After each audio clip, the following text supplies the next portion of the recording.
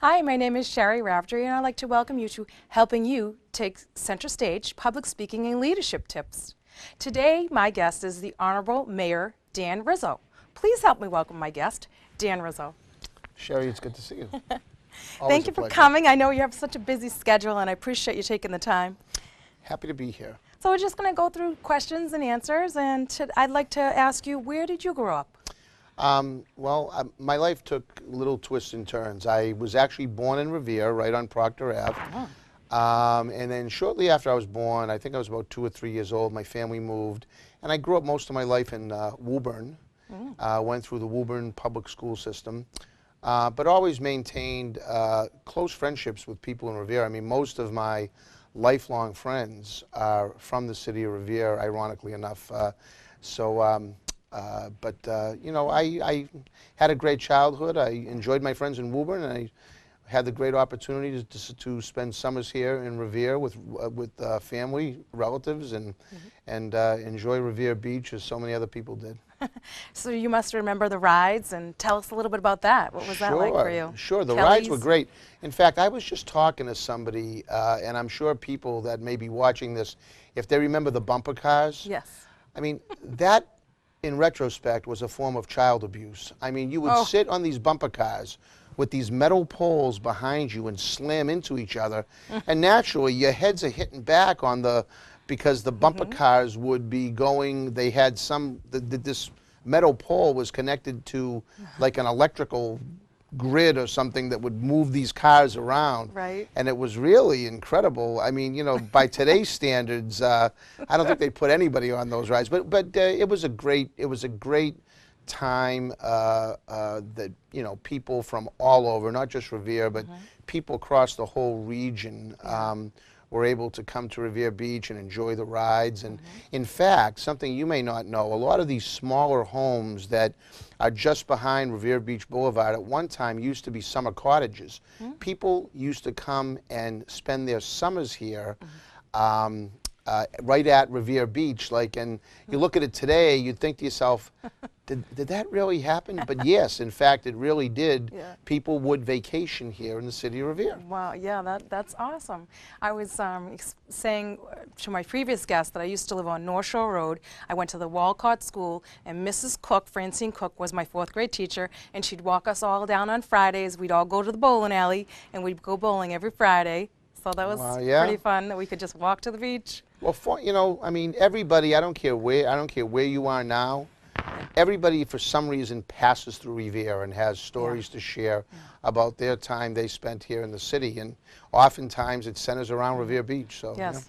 yeah, I wish that we could make it like up in Salisbury Beach, how they have something to do. I mean, there's lots to do in Revere Beach, but it would be fun if we had a location where kids could do some sort of something. Wouldn't that be nice to make that happen somehow? Absolutely. And well, first of all, the Revere Beach Partnership just received a grant that's going to launch a kids playground down there. So I don't know that they're necessarily calling it a playground. It might be called something else, but it's definitely going to be geared toward kids to enjoy. And we are in the middle of creating a proposal that we're going to give to the Revere City Council, trying to designate from the south end of the beach down at Elliott Circle all the way up to Shirley Avenue.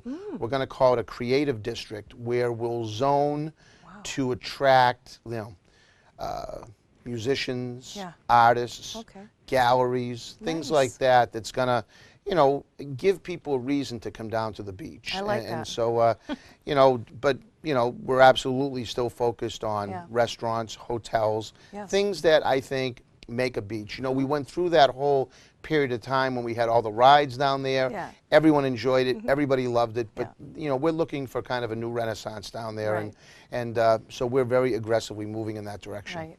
And the sandcastles, too. That brings a lot of guests from all around, even the globe, because they want to compete in the sandcastles. So that's always a fun time when you shut the beach down and there's all vendors and folks coming in. So. Yeah, I mean, it's become, in fact, next year it is going to be Well, it already is an international sand sculpting festival, but next year they're going to be doing, rather than say anything now, I think I'll save that because I'll let the Revere Beach Partnership talk about that, but they have some very special things they're doing next year. And this year alone, over the period of 3 days, about 600,000 people visited Revere Beach, if you can imagine. So it's really, really incredible, the amount of interest and the level of success that the Sand Sculpting Festival has been able to achieve. It's just been a really, really positive, probably I would say, the flagship event for the city of Revere,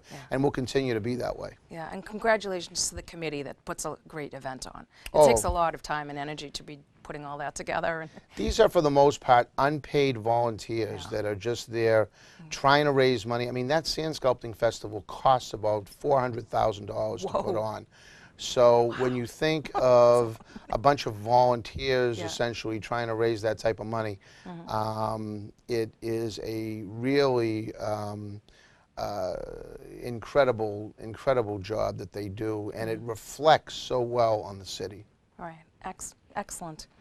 Share with us more about your life, and you said you have lived in Woburn with your parents, and did you have siblings? And oh, sure, yeah. I've got one brother and one sister. In fact, my brother works, my brother and I, along with my father, founded an insurance agency when I got out of the military.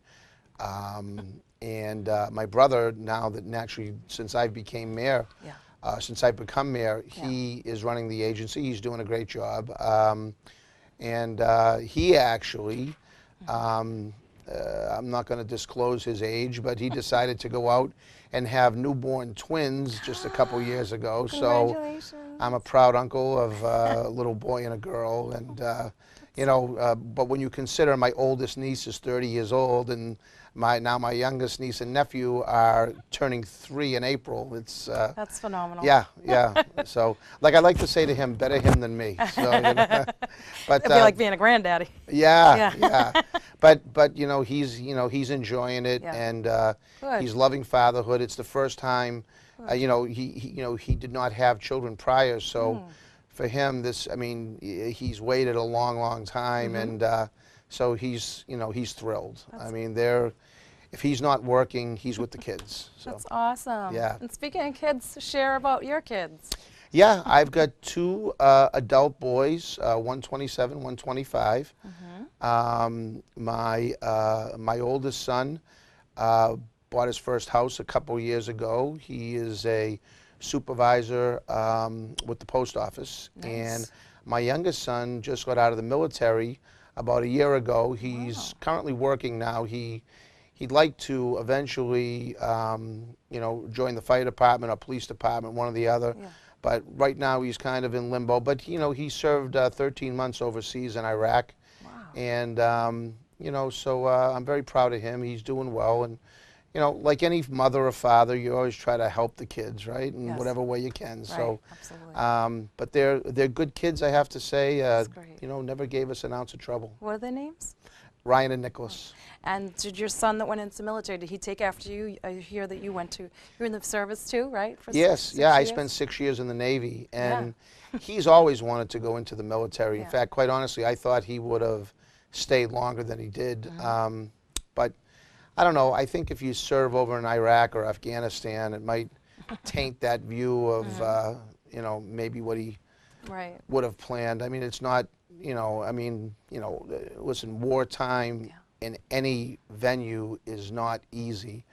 But, you can understand when people come back from those areas, maybe wanting to move on to something else. But, I give him so much credit to step forward and voluntarily serve his country, and because a lot of things that happen overseas prevent things from happening over here. So, better fight people who are out to harm us or hurt us on their in their territory than in our territory, right? So, so. Share where you served in the military. Did you travel? Oh, sure. Yeah, I saw the world. I mean, as I say, I spent 6 years in the military. 4.5 years I spent on an aircraft carrier. the USS Independence CV-62. Wow. And so I traveled, I have to say, I was everywhere. You know, whether it be the North Atlantic, the Mediterranean, Yeah. the Indian Ocean, Wow. Persian Gulf. I mean, we were everywhere. Right. I mean, I crossed the equator and I crossed the North Pole. Santa. So yeah. Were you a leader in the military? What was your rank? I was a petty officer, second class, when I got out. Wow. And yeah, I mean, when I got out, I was you know, in charge of one of the steam propulsion plants. There were 4 propulsion plants on the carrier, and you know, it really is. You know, when I think about it, it's probably if I had to point to something that gave me some real leadership skills and the ability to manage people at an early age, it was definitely my military experience. Nice. You know, Yeah. I mean, I can remember times when we would be in port. You know, naturally out at sea, it's a whole different thing. You've got the captain and everybody on down. But when you're, when we were in port, you'd still have to stand watch and oversee things. And because of how I served and where I served, there were times that I would serve watch as, it was called engineering officer of the watch. And I can remember, you know, I don't know, 24, 23, 24 years old, but sitting in this big chair with, you know, at the time I understood what everything was. I don't know if I would now, but, you know, you'd be able to monitor the entire ship, what was going on, anything to do with engineering whatsoever. And I think of that huge responsibility, even though we were in port at the time. Yeah. You know, I mean, just the magnitude of what we had to, you know, oversee. You know, it was just really, or, you know, when we would have general quarters. I mean, my general quarters would take place in central control. So, and I worked with this commander, and I was basically relaying information from throughout the ship to the commander so he could make decisions and have me relay those back. You know, if we were hit, let's say it's a mock, you know, we're hit the starboard side, you know, frame number XYZ, whatever. I mean, it was really a tremendous experience. You know, I got to see the world. We were involved in Operation Urgent Fury, which was the Grenada invasion back at that time, back in the early 80s. And then from there, you may recall the Marine suicide bomber over in Lebanon. That was again back right at that same time, and so we had to respond to that as well. Where I think there were 200 some odd Marines that were killed over in Lebanon. So yeah, that was it was you know, a real learning experience for me. I got to spend Christmas in Bethlehem. We were the first ship to pull into Israel, I think, in something like 20 some odd years. And it would happen to be right at Christmas time. So, I mean, I can remember going through the Church of Nativity where Jesus was born. Wow. And, you know, it's Christmas time down there. I mean, it's like a crazy thing to think back on, but it was a wonderful experience. Wow. You know. I'd like to take you sometime over to the U.S. Lightship. It's docked in East Boston, the East Boston Marina. And in the shipyard there, it would be great to have you introduce you to Bob. His name is Menino, no relation to Mayor Menino. But it would be nice for you to see. I mean, when I've been on it, I'm like, oh, I could never do this. It's like too close to quarters or just. Oh, sure, yeah. So I think it might bring back memories for you. But they actually they allow students, so classes from Revere could come and take tours on the ship. So that would be nice. I'll connect you with Bob. And I would love to do that. Wouldn't that be interesting? Yeah. Bring back memories for you. Absolutely. So you got a phenomenal life. So you did mention about Rizzo Insurance, and then you mentioned about the Italian American Club that you bought. Oh yeah. You know, my friend Ray and I, Ray Nickerson and I, purchased the old Italian American Club. You know, they were looking to sell and move on and maybe find another home. And so we took it. At that time, it had been run down. You know, not through any fault of anybody's. It's just that, you know, it was an organization that, as membership dwindled and funds dwindled, they weren't able to maintain the way that they probably would otherwise have liked to. Sure. So we came in and bought it and spruced it up. And I think did a pretty good job in that neighborhood down there on Lucia Ave. Yeah. I think it's a real credit to that neighborhood Yeah. now. Yes. You know, and it's served as a pretty good function hall, I think. I've Yes. been out of it now for a couple of years. Yes. I just couldn't do it. Yeah. You know, I couldn't put the time in. Right. You're running the city. So yeah. So it just it became Yeah.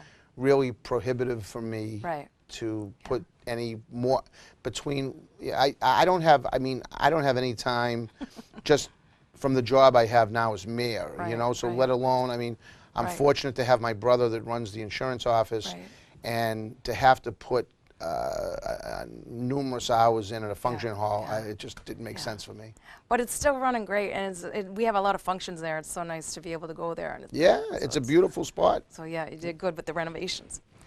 Then we wanted to talk about your volunteer work. You mentioned a couple of different, the Revere Rotary Club and also the Revere Chamber. You're the president. Share Yeah. with us what was it like doing that and Oh, leading those groups. Yes, Sherri. I really I still enjoy those organizations, although I'm not able to spend anywhere near as much time as I did when I was more involved in serving as president of both of those organizations. But you know, that's what keeps any organization going, whether it's the Rotary Club, whether it's the Kiwanis Club, the Lions, you know, the Knights of Columbus, the Chamber of Commerce. It doesn't work unless there's people willing to step up and take a leadership role. Right. I mean, you know, John Varengia, as an example. John Varengia, I think, served as Chamber of Commerce president for 5 years.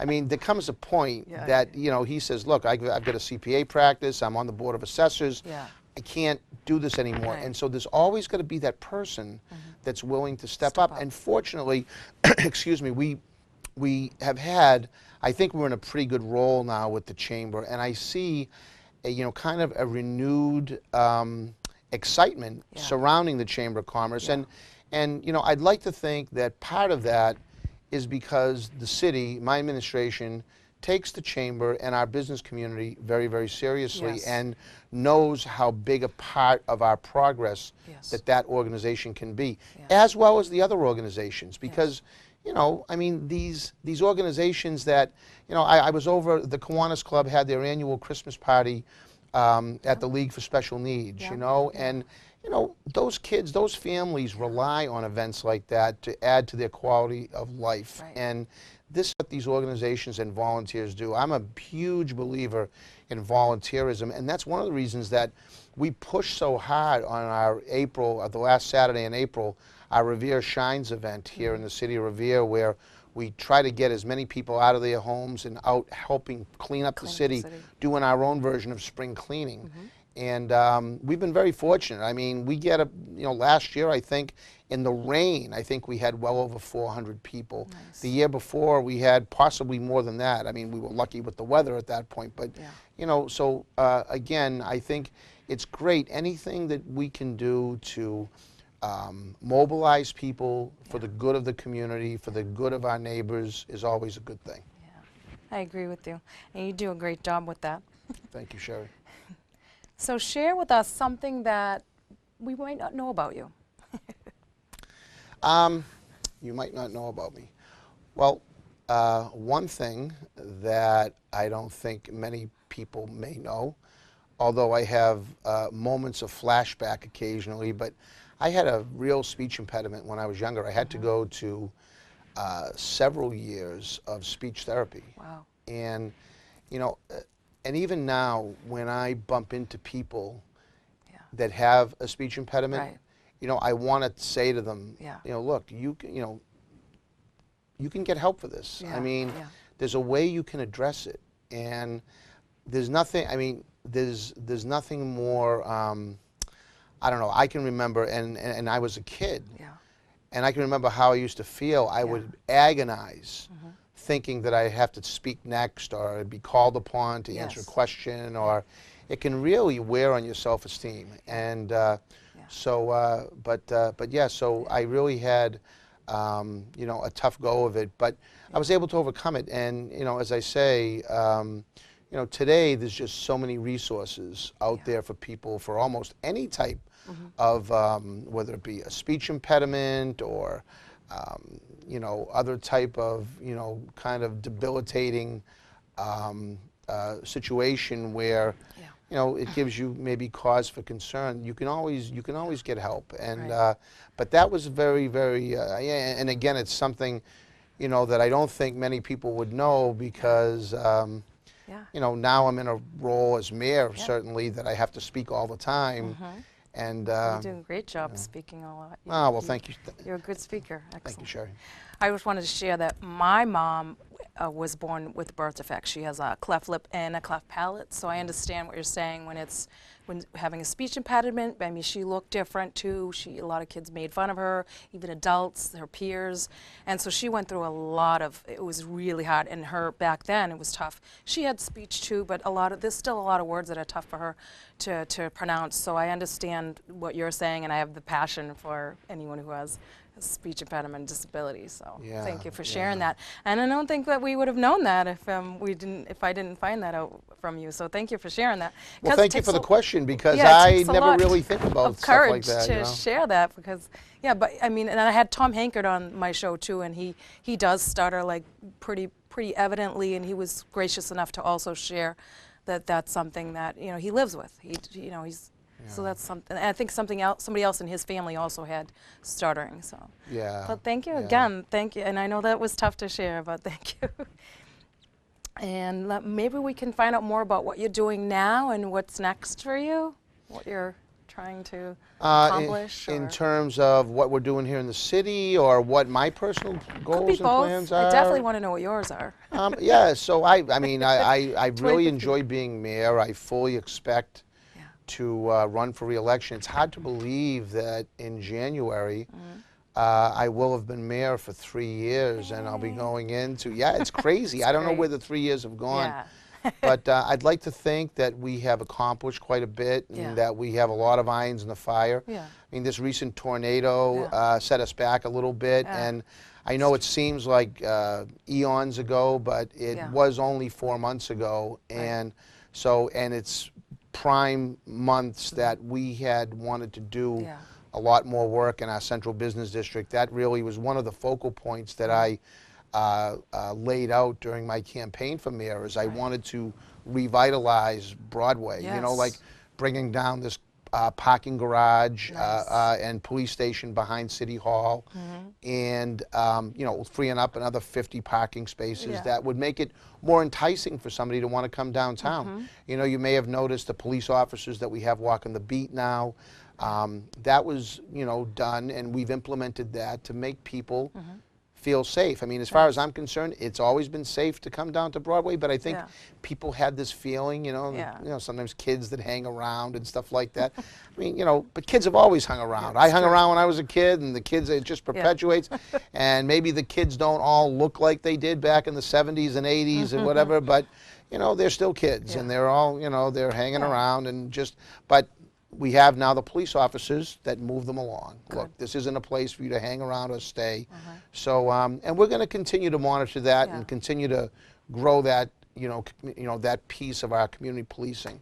But yeah, so I've enjoyed these first 3 years. I look forward to next year, and then, you know, potentially running for re-election next November. Nice. And we have, you know, a lot of great things still in store.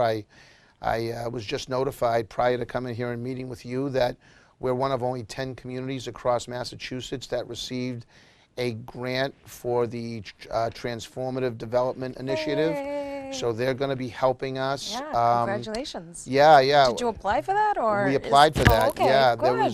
there was Good. it's a gateway city application process. So 26 communities applied, and I was just notified Perfect. Good timing. by Marty Jones from Mass Development. She called me up and said, "Congratulations, you're one of the 10 communities that was selected." So we're excited about that, and really good. we're just going to keep, you know, we're just going to keep moving. You know, when I took over as mayor, I you know, I had said to, you know, certainly my administrative staff and my department heads, you know, my